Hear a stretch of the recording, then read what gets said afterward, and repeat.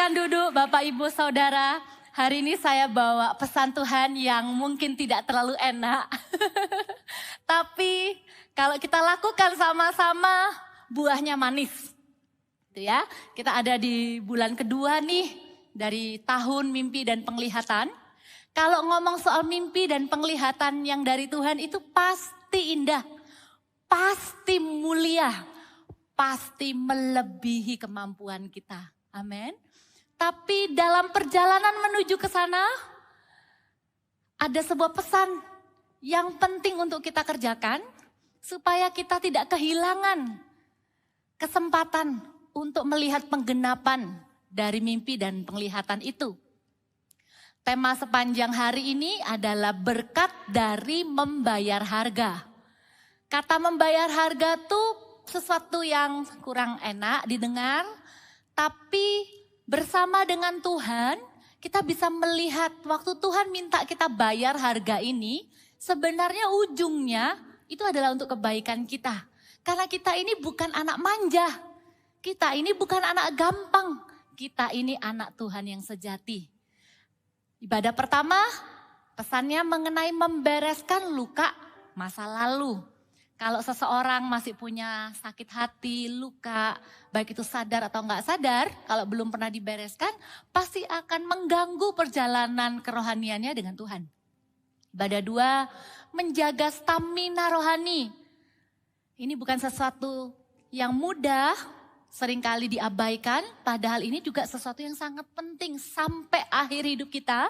Ini yang kita kerjakan, yaitu menjaga stamina rohani. Ibadah yang kali ini, taat tanpa mempertanyakan. Nanti ibadah 4, tetap benar walau disalah mengerti.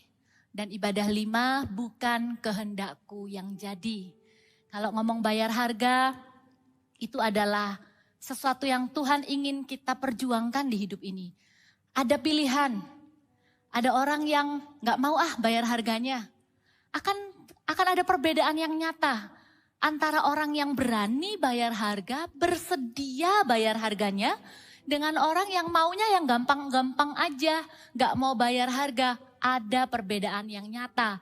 Saya berdoa setiap Anda jemaat Tuhan, Anda adalah orang-orang yang siap membayar harga demi melihat rencana Tuhan digenapi. Kasih tepuk tangan buat Tuhan Yesus. Termasuk Anda yang mengikuti lewat live streaming, pesan ini juga untuk setiap Anda. Kita lihat sama-sama, dikatakan taat tanpa mempertanyakan. Ini bukan dipakai untuk kepentingan kepemimpinan atau bahkan parenting. Ini bukan tentang parenting atau leadership. Jadi kita bukannya mau terapkan ini tuh kepada tim kita, orang yang kita pimpin, anak buah di tempat pekerjaan, atau bahkan ke anak-anak kita. Kita cuma bilang, taat, gak usah pakai nanya. Gitu ya. Kata taat tanpa mempertanyakan ini bukan untuk pemimpin kepada tim atau orang tua kepada anak.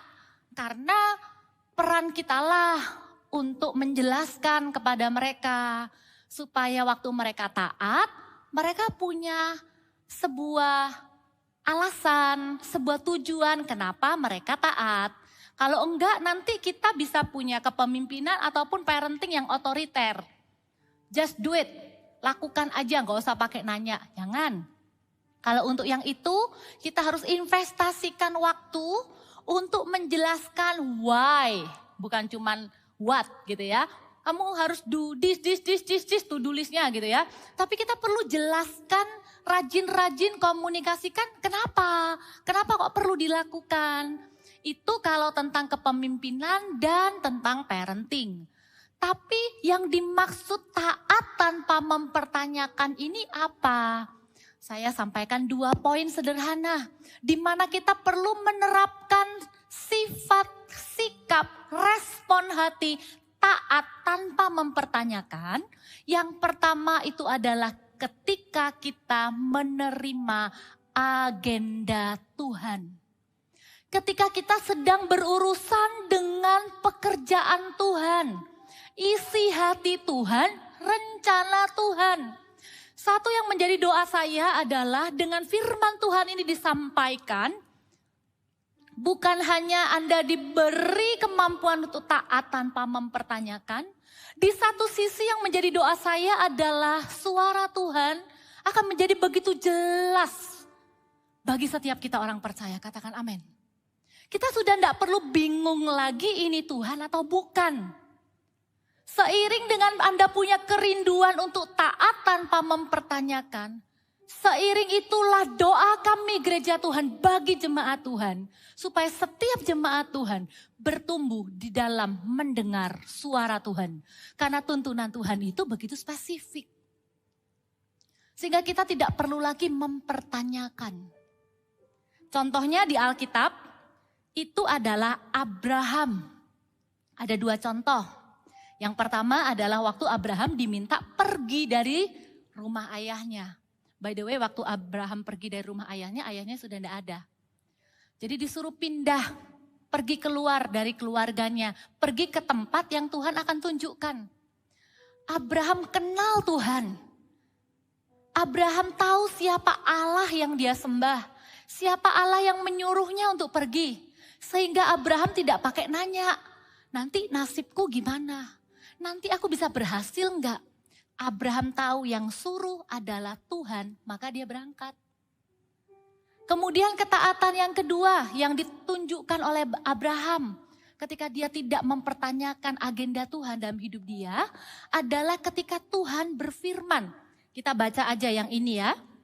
Kejadian 22 ayat yang pertama dan 2 sampai 3 bagian A. Setelah semuanya itu Allah mencoba Abraham. Tuhan punya agenda. Lalu sahutnya, ia berfirman kepadanya, Abraham. Lalu sahutnya, ya Tuhan. Di sini kita tahu Abraham tuh kenal Tuhannya. Ayat 2, firmannya, ambillah anakmu yang tunggal itu. Yang engkau kasih. Diingetin lagi, anakmu yang cuma 1 itu, yang kamu sangat cinta itu loh. Yakni Ishak. Pergilah ke tanah Moria dan persembahkanlah dia di sana sebagai korban bakaran pada salah satu gunung yang akan kukatakan kepadamu. Perintahnya adalah perintah yang tidak mudah. Karena Tuhan bilang, ambil anakmu yang tunggal, yang kamu cintai itu loh. Persembahkan. Tapi lihat respon Abraham di ayat yang ketiga, keesokan harinya, pagi-pagi bangunlah Abraham, kemudian melakukan persiapan-persiapan, kemudian berangkat. Tanpa menunda, tanpa berlama-lama, tanpa mempertanyakan. Tanpa berdoa lagi, yakin tak Tuhan, benar tak Tuhan. Kondisinya adalah pada saat Tuhan meminta Abraham itu mempersembahkan Ishak, itu Tuhan baru saja menyetujui permintaan Sarah. Tuhan yang ngomong sama Abraham, dengerin istrimu, usir aja itu hambamu. Sama anaknya itu si Ismail. Walaupun berat rasanya, tapi karena Tuhan ngomong, dituruti, diusirlah anaknya yang dari Hagar. Pada saat itu, anak yang dia punya cuma Ishak. Bahkan dia tidak bertanya, loh Tuhan, kapan hari baru Tuhan bilang supaya aku nurutin istriku untuk usir Ismail. Lah kalau ini Ishak aku persembahkan, siapa nanti yang akan jadi keturunanku? Bukannya Tuhan berjanji ini dan itu. Abraham tidak mempertanyakan. Saya sampai heran, segitu percayanya ya sama Tuhan. Segitu imannya ya sama Tuhan. Bahwa apa yang Tuhan suruh tidak akan pernah mendatangkan kecelakaan dalam kehidupan dia. Sebegitu rasa amannya sehingga dia tahu kapan harus taat tanpa mempertanyakan. Kapan harus nego sama Tuhan. Tuhan, kalau misalnya ada 50 jangan dimusnahkan ya. Kalau misalnya ada 45, 40 ditawar sampai. Jago nawar ya, itu Abraham. Ditawar sampai 10. Tuhan, kalau Tuhan temukan 10 orang benar, jangan musnahkan Sodom Gomora. Tuhan bilang, oke, kalau ada 10, tidak dimusnahkan. Abraham tahu kapan harus berdialog dan berdiskusi. Tapi kapan harus taat tanpa mempertanyakan. Amin.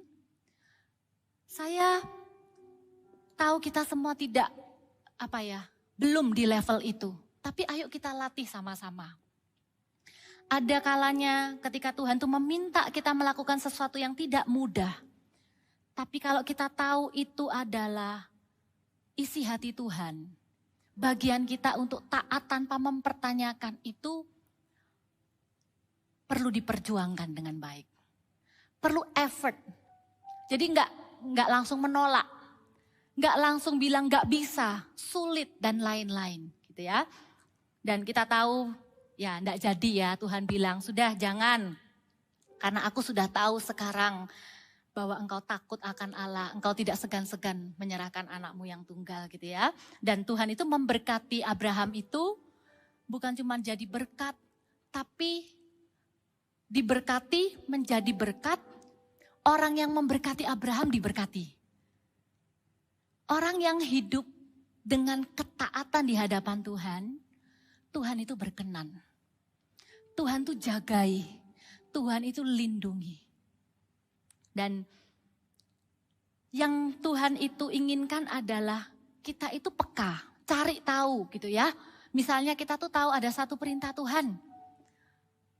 Nanti Anda bisa terapkan dalam kehidupan Anda, tuntunan Tuhan itu apa? Tiba-tiba Anda didorong untuk melakukan sesuatu, kalau itu adalah agenda Tuhan, itu gak ada hubungannya dengan Anda cuan apa enggak, tapi itu tujuannya untuk nolong orang itu. Kita tahu ujungnya itu untuk sesuatu yang bernilai kekal untuk orang itu. Ayo kita curiga yang baik. Jangan-jangan aku ini mau dilibatkan sama Tuhan dalam rencana Tuhan untuk orang itu. Langsung antenanya itu menyala. Bukannya kita tuh mau direpotkan, aduh rempong gitu ya. Tapi curiga yang baik, loh kok aku tiba-tiba terdorong lakukan ini ya. Jangan-jangan ini bagian dari rencana Tuhan. Bapak Ibu, kalau antena kita itu menyala, kita itu bisa dengan sederhana lihat bahwa ada Tuhan dalam segala sesuatu. Enggak kebetulan gitu loh. Kita bisa lihat dengan jelas, itu kalau bukan Tuhan enggak bisa. Itu kalau bukan Tuhan enggak mungkin. Gitu ya. Kemarin saya punya pengalaman. Saya bersyukur di awal tahun ini baru saja terjadi. Tuhan menjawab doa kami sekeluarga. Singkat cerita, kerinduan kami supaya adik saya yang paling kecil itu kembali kepada keluarga itu Tuhan jawab. Biasanya tuh sudah lumayan ya, beberapa tahun itu enggak pernah kontak. Tiba-tiba kontak dan mau ketemu gitu ya. Senang sekali, aduh sukacita banget gitu ya. Kemudian saya tahu ada acara yang kemarin itu loh. Saat teduh bersama apa kata Tuhan tentang, apa kata Alkitab tentang neraka. Saya lakukan bagian saya, follow up gitu beberapa orang, kasih link gitu ya. Tapi di dalam hati itu tiba-tiba ada dorongan. Kasih juga ke adik yang itu. Nah, secara logika saya itu menjawab Tuhan. Saya bilang gini, ini adik baru balik sama keluarga. Yang dia butuhkan tuh kasih Bapa, penerimaan. Masa saya mau kirimin link tentang apa kata Alkitab tentang neraka? Saya tiba-tiba merasa itu bukan waktu yang tepat. Tapi saya mengucap syukur. Karena Tuhan itu sabar. Sekalipun kita tuh seperti defense atau buat alasan ya. Sorenya lagi itu dorongannya tuh tambah kuat. Kasih aja. Kasih gitu. Akhirnya saya cuman bilang, iya sudah Tuhan. Saya kirimkan dengan resiko kalau dia enggak suka saya diblok lagi. Hilang lagi dah dia dari hubungan ini gitu ya. Tapi saya bersyukur dia cuman jawab dengan stiker gitu. Enggak marah dan enggak langsung ngeblok. Biasanya suka kalau enggak pas tuh diblok gitu nomornya. Terus ini loh yang saya mau bagikan. Sepanjang KKR itu saat teduh bersama, saya dengarkan pesannya. Tuhan bekerja lewat lewat firman yang dibagikan. Tuhan bicara juga secara pribadi kepada saya. Jadi saya tuh ngalami di depan gadget gitu, ngikutin, kemudian kan tantang terima Tuhan Yesus, baptisan Roh Kudus. Saya itu bisa punya iman. Saya itu enggak tahu dan saya itu sampai sekarang enggak berani nanya. Dia nonton apa enggak. Tapi saya beriman aja di belakang sana, saya walaupun enggak lihat. Kalau itu memang Tuhan, kalaupun memang enggak sekarang dia lihat. Tapi itu sudah ada di HP-nya. Saya berdoa, Tuhan gerakkan. Enggak tahu kapan ya, kadang ya. Keselamatan seseorang tuh bedanya tuh cuma satu klik. Ya kan? Dia tinggal klik aja gitu ya. Saya tuh beriman sungguh-sungguh. Kemudian ini loh yang Tuhan ajarkan kepada saya. Bukan hasilnya yang penting. Walaupun saya masih mendoakan hasilnya. Tapi ketika Tuhan bilang gini loh. Ketaatanmu itu yang menyenangkan hatiku. Saya langsung nangis, saya bilang Tuhan ajari Papa untuk lebih taat. Kalau tentang mengubah hati orang, hasilnya saya serahkan ke dalam tangan Tuhan. Tapi menyenangkan hati Tuhan dengan ketaatan saya, itu yang harus saya perjuangkan, itu yang saya harus bayar harganya. Dan kemudian another lesson yang saya pelajari, bahwa Injil Yesus adalah jawaban untuk segala macam kebutuhan manusia. Kita dealing dengan keluarga kita, mungkin yang hampir bercerai. Jangan-jangan bukan film atau video atau apa motivasi tentang bagaimana membangun hubungan. Saya kok yakin Injil kabar baik tentang Yesus adalah jawaban. Kalau Anda percaya, kasih tepuk tangan buat Tuhan Yesus. Dan untuk itulah Injil itu selalu urgent. Kalau di hati kita ada dorongan untuk membagikan kabar baik, taat tanpa mempertanyakan. Saya bersyukur, sekalipun saya masih agak ngeyel, sorenya Tuhan masih dorong lagi. Coba kalau Tuhan gak dorong. Kalau saya bilang, enggak lah Tuhan, yang dia butuhkan bukan itu. Dan benar-benar gak ada lagi dorongan itu. Saya kehilangan kesempatan untuk itu. Saya bersyukur gereja kita gak pernah berhenti ya memberitakan Injil. Gereja kita gak pernah berhenti membawa orang itu kembali kepada kasihnya Tuhan Yesus. Orang yang sempat ikut Tuhan Yesus kemudian kecewa dan terhilang, itu juga kita perlu jangkau sama berharganya dengan orang yang belum pernah terima Injil sama sekali. Anda setuju? Dan yang bisa memenangkan orang itu adalah orang-orang terdekatnya, keluarga atau teman. Yang bisa menunjukkan kasih. Ketaatan kita dalam melakukan agenda Tuhan, itu yang akan membuat perbedaan di hidup orang itu. Saya bersyukur gereja kita tidak pernah berhenti. Kalau Anda belum bagikan gitu ya, doakan. Waktu saya cerita gini mungkin ada beberapa orang langsung kayak, oh iya ingat orang itu. Ada dorongan di hati. Masih bisa ada di YouTube, itulah bersyukur ya untuk teknologi ya. Acaranya sudah selesai, masih bisa dilihat lagi. Saya dorong, bagikan kabar baik. Bukan kita yang harus khotbah untungnya. Bagian kita cuma mengajak mereka untuk mengikutinya. Dan mengambil langkah ketaatan untuk dibaptis. Saya bersuka cita sepanjang hari ini saya tahu di belakang tuh akan ada baptisan-baptisan. Orang-orang yang memberi diri, bayangkan. Memberi diri untuk taat dibaptis di tengah pandemi. Anda keren, Anda luar biasa. Kasih tepuk tangan buat mereka yang memberi diri untuk dibaptis. Anda tidak menunda ketaatan Anda. Sebenarnya Anda punya alasan. Ngapain? Nanti aja tunggu situasi lebih aman. Ya bisa juga ya, enggak apa-apa. Tapi keputusan Anda itu mendahului yang lain-lain. Tuhan senang dengan ketaatan kita. Amin. Dalam mengikuti agenda Tuhan. Jangan pernah mempertanyakan. Kalau kita tahu di sebuah kota mungkin secara rohani mati atau agamawi. Ketika kita ditawari, ditanyai, bisa enggak? Ayo jangkau teman-teman di sana. Karena gereja Mawar Sharon mau ada di sana. Anda punya pilihan. Anda mau jadi komentator atau Anda mau jadi orang yang dipakai Tuhan juga. Karena Anda tahu itu agenda Tuhan. Karena di mana ada CG di sana, di situ ada jiwa-jiwa dimenangkan. Di mana ada gereja Tuhan yang hidup di sana, di situ 3 generasi digembalakan. Jangan pernah mempertanyakan agenda Tuhan di hidup kita. Kalau misalnya ada sesuatu yang Anda itu belum pas, Anda belum paham, Anda boleh datang kepada pemimpin ngobrol. Jangan berasumsi sendiri. Jangan trauma dengan pengalaman-pengalaman yang mungkin Anda pernah alami. Atau Anda juga bisa langsung datang kepada pemilik gereja, yaitu Tuhan.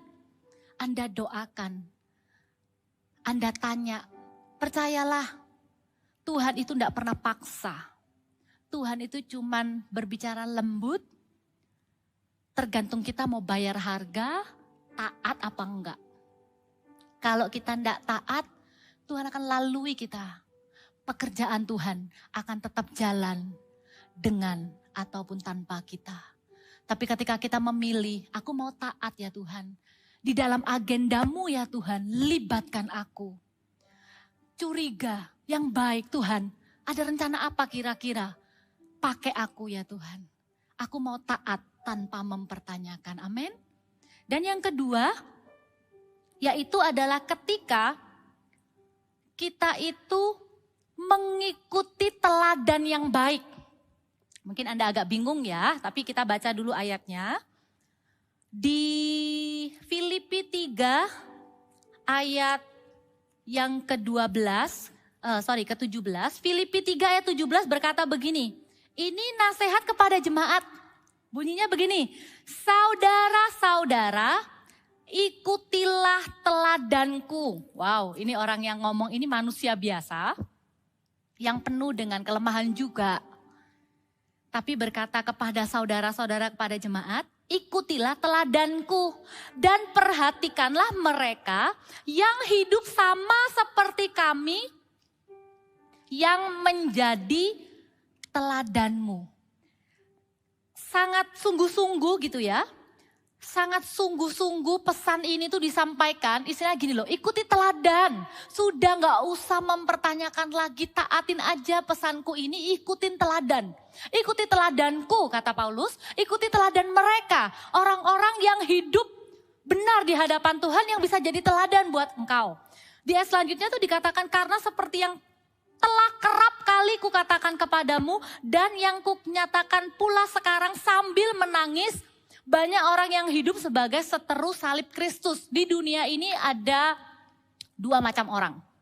Kalau dia bukan pengikut Yesus, maka dia adalah seteru salib Kristus. Firman Tuhan itu katakan begini, selain kita tuh taat tanpa mempertanyakan kepada agenda Tuhan, hendaklah kita itu juga taat tanpa mempertanyakan ketika kita itu mengikuti teladan yang baik dari orang-orang yang takut akan Tuhan yang ada di sekeliling kita. Kadangkala kita cuma terpaku kepada satu orang. Boleh, saya kasih tips sedikit bagi dari apa yang saya alami juga. Kita digembalakan oleh senior pastor yang benar-benar menunjukkan cinta Tuhan, cinta jemaat. Tapi yang kita teladani itu bukanlah karismanya. Karena itu dari Tuhan. Kalau kita mau dapat karisma itu ya kita bangun hubungan dengan Tuhan. Yang kita bisa teladani adalah karakternya. Kesungguhannya dengan Tuhan. Supaya kita tidak salah. Justru memang kita perlu teladani. Apa yang baik di sekitar kita. Mungkin CGL kita, pemimpin rohani kita. Kita tahu mereka tetap orang biasa. Tapi teladanilah iman mereka. Taat tanpa mempertanyakan untuk meneladani apa yang baik di sekitar kita. Karena apa yang sungguh-sungguh itu semakin langka. Jadi kita perlu hargai teladan yang baik. Mungkin kita lihat orang tua kita tidak sempurna. Dalam beberapa hal kita pikir, aduh anak Tuhan kok gitu. Tapi jangan lupa pada orang tua kita ada teladan yang baik yang perlu kita ikuti. Dan untuk itu, jangan dipertanyakan lagi, ikuti. Jangan karena kita melihat kelemahannya, kita buang semua yang baik. Jangan karena kita itu ekspektasinya terlalu sempurna, terlalu tinggi kepada manusia. Sehingga kita tidak bisa melihat hal yang baik yang Tuhan mau kita teladani lewat hidup orang itu. Dan keteladanan itu bukan paksaan, tapi kerinduan. Orang yang meneladani apa yang baik. Orang yang belani meneladani apa yang baik. Kita sendiri akan diberkati oleh Tuhan. Kita lihat pemimpinku ini sungguh-sungguh tulus. Belani, ngatur waktu dari pekerjaannya. Pekerjaannya juga enggak gampang. Tapi masih doakan anggota CG-nya satu-satu. Masih follow up, masih berjuang sama-sama. Mendoakan dan lain-lain. Waktu kita lihat itu, jangan lihat kelemahannya. Lihat itu sebagai sesuatu yang kita teladani dan ikuti. Bukan cuman, bagus, luar biasa. Bukan. Kita tidak dipanggil jadi komentator Bapak Ibu Saudara. Kita dipanggil untuk mengikuti teladan. Amin. Waktu kita melihat teladan dari orang-orang yang dipakai Tuhan di sekeliling kita, kita pun akan mengalami sesuatu yang tidak biasa-biasa. Saya kasih contoh. Ini juga sesuatu yang baru. Mereka enggak pernah loh. Pemimpin-pemimpin kita itu, pemimpin saya itu enggak pernah suruh saya ini itu gitu, jarang. Jadi kalau saya teladani beliau, itu karena saya taat firman Tuhan. Lebih baik saya cari yang baik, yang bisa saya teladani dan saya sungguh-sungguh teladani. Salah satu contohnya, yang saya teladani adalah bagaimana pemimpin kita itu memperlakukan setiap pembicara yang ada di ibadah. Kalau Anda perhatikan, siapapun, kita juga ya, host pastor juga kita meneladani gembala kita ya. Yaitu apa? Mengantarkan sampai ke samping. Nggak tahu Anda, mungkin Anda sungguh-sungguh menyembah, Anda nggak tahu jadi saya ceritain. Itu yang terjadi waktu Anda menyembah gitu ya, mempersiapkan firman. Gembala kita tuh akan mengantarkan pembicara tuh ke samping. Gitu. Kemudian waktu pembicaranya sudah naik, beliau akan kembali ke tempat duduk. Nah, saya ini kan juga host pastor di ibadah anak. Jadi saya ingat, itu pasti teladan yang baik. Walaupun awal-awal saya ikuti teladannya itu tanpa pengertian, saya nurut aja.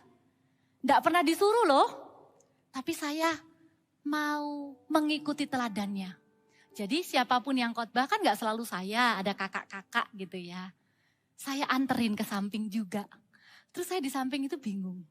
Saya doakan sudah tadi di kantor, sebelum ibadah juga sudah saya doakan. Tapi saya memilih untuk tetap setia. Sambil saya nanya gini ke Tuhan.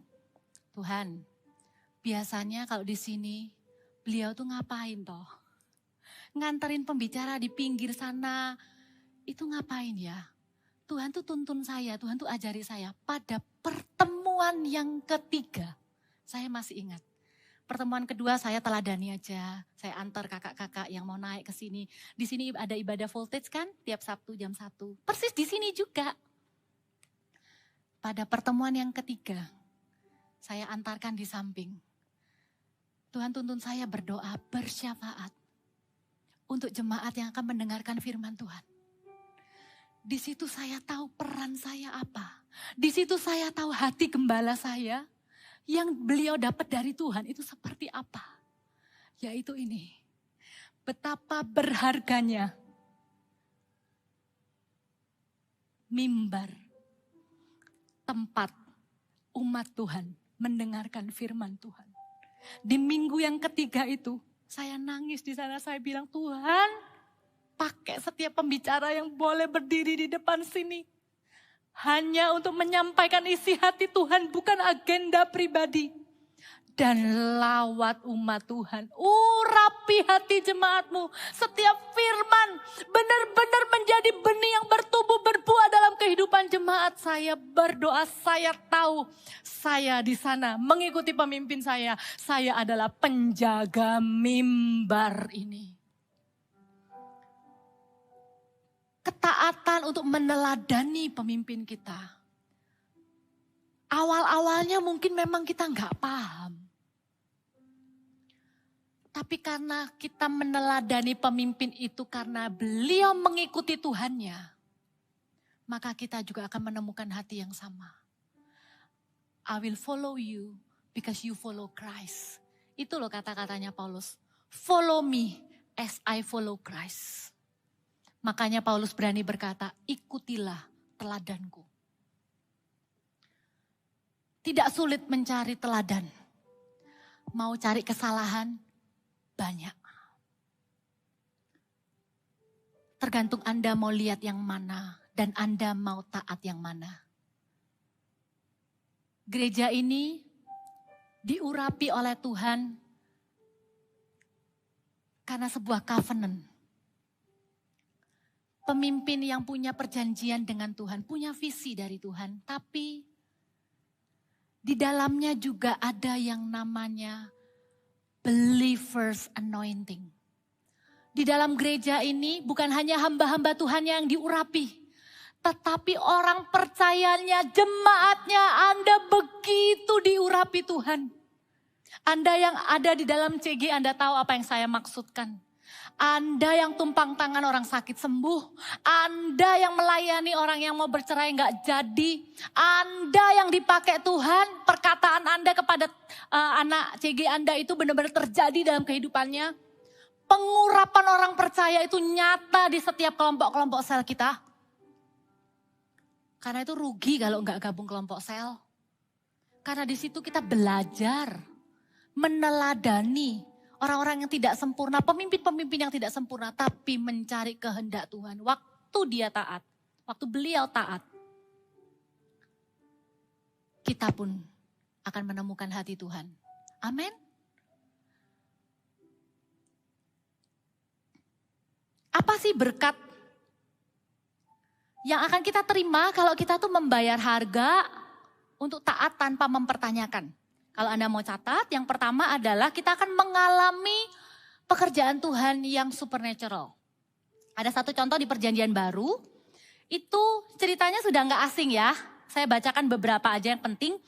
Di Kisah Para Rasul 8 ayat 26 dikatakan begini. Kemudian berkatalah seorang malaikat Tuhan kepada Filipus katanya, bangunlah dan berangkatlah ke sebelah selatan. Menurut jalan yang turun dari Yerusalem ke Gaza. Jalan itu jalan yang sunyi. Terus ayat 27a, lalu berangkatlah Filipus. Ini ya, respon hati yang taat tanpa mempertanyakan. Maka berkatnya apa? Filipus itu bisa mengalami pekerjaan Tuhan yang supernatural. Filipus tuh gak pakai nanya, sekarang harus sekarang harus pas di jalan itu kenapa gak pas dia belok di jalan yang sudah gak sunyi lagi.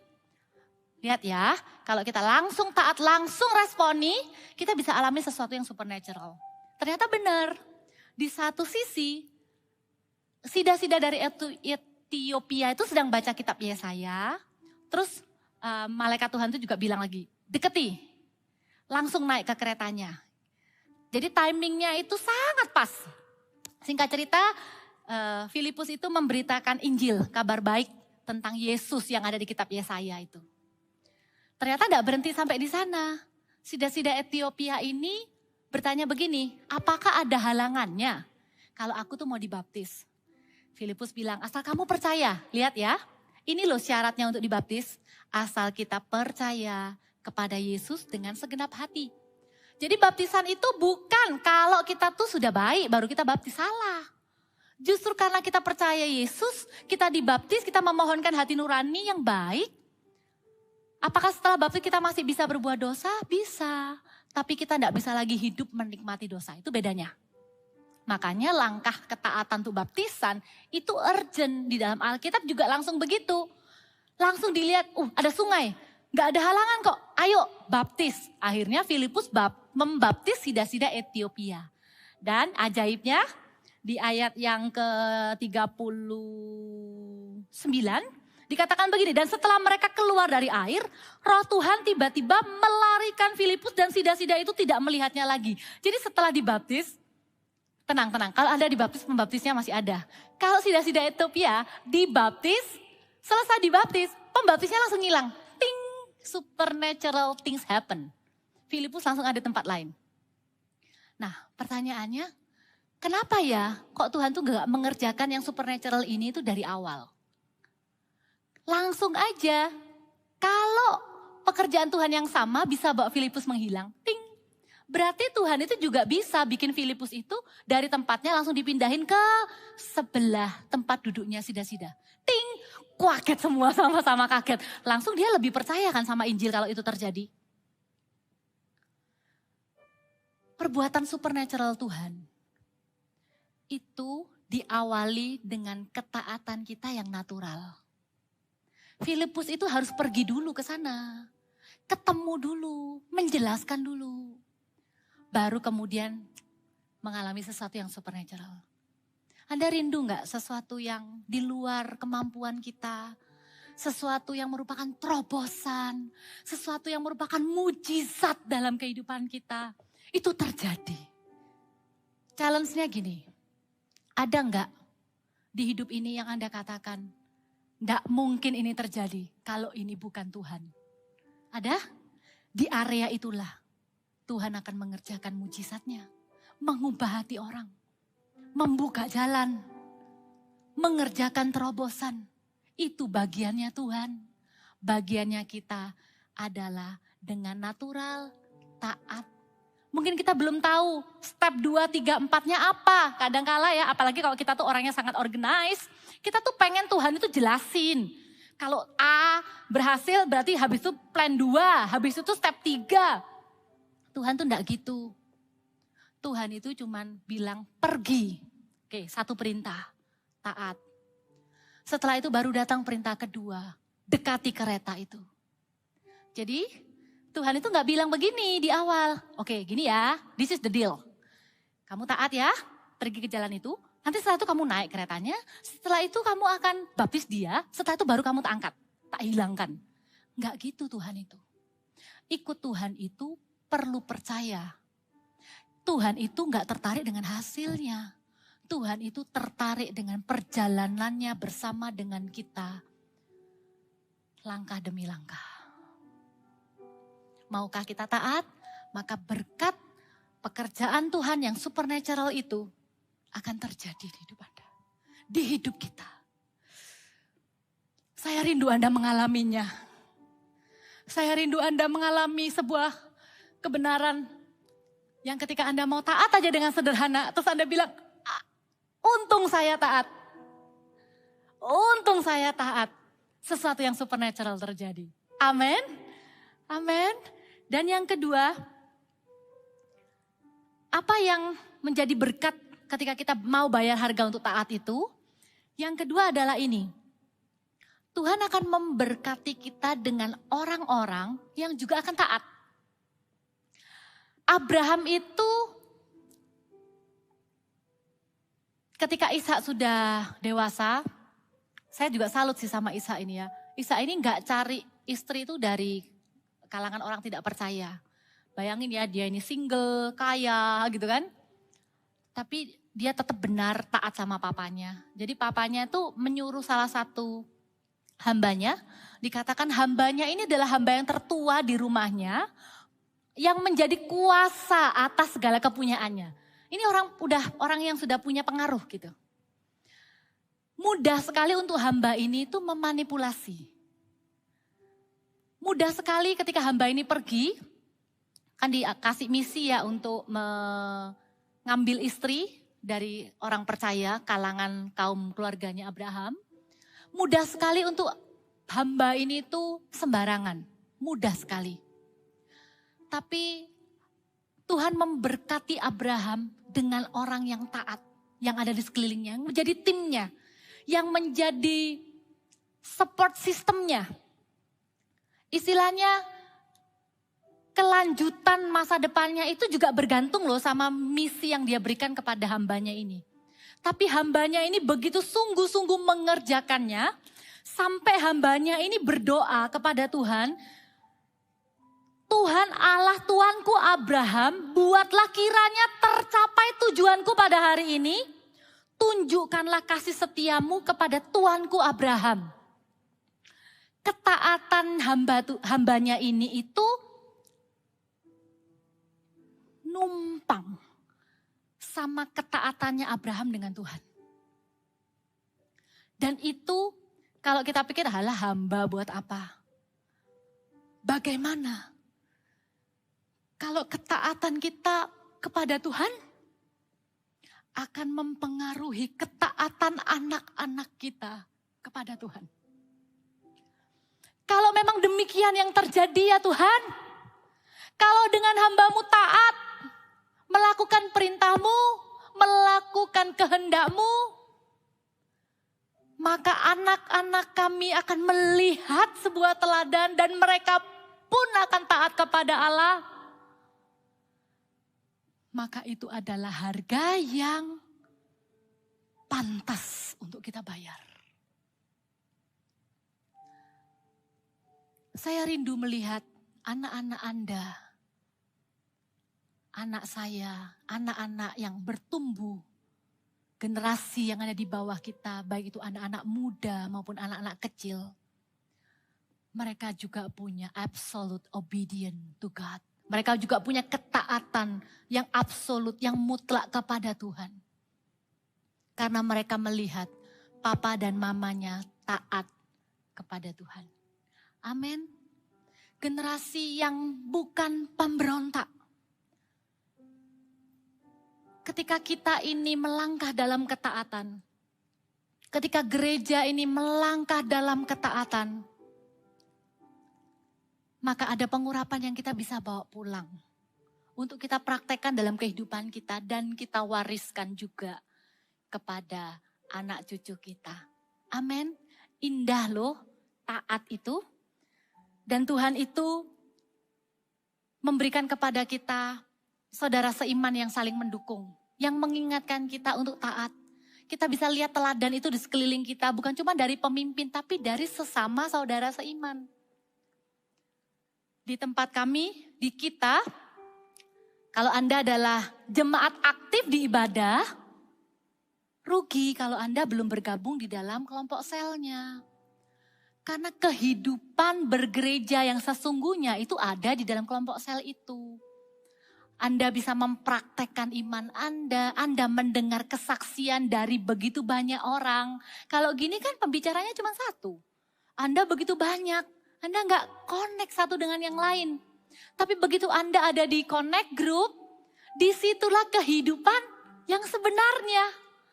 Iman Anda akan dikuatkan dari kesaksian teman-teman CG Anda. Anda juga akan belajar untuk taat kepada Tuhan dengan dukungan dari teman-teman yang ada di CG-CG. Saya mau dorong, Anda yang belum ber-CG, apapun alasannya, segera cari CG. Aduh dulu pernah ikut, kurang enak, carilah sampai temu. Kalau sampai cari beberapa kali masih belum enak, coba cek diri sendiri. Jangan-jangan kita yang perlu turunkan standar sedikit, perlu belajar lebih rendah hati mungkin. Anda yang di live streaming,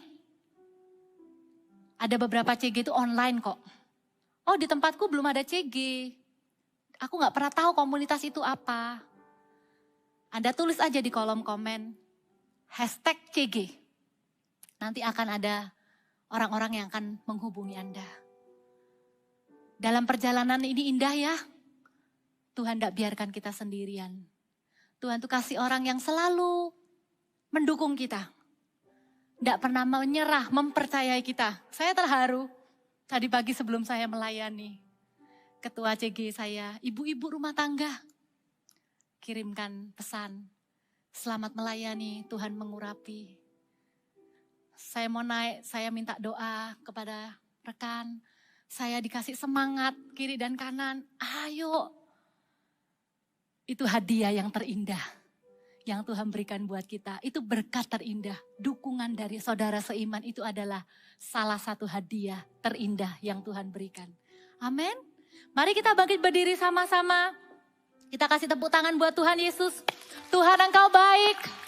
Kami tahu ketika Tuhan meminta kami untuk belajar taat tanpa mempertanyakan, kami curiga. Jangan-jangan setelah ini ada dorongan di hati kami untuk melakukan sesuatu yang tidak seperti biasanya. Tapi ketika kami mau taat tanpa mempertanyakan, apalagi karena itu adalah agenda Tuhan. Atau ketika kami meneladani sesuatu yang baik, maka kami akan mengalami pekerjaan Tuhan yang supernatural di hidup kami.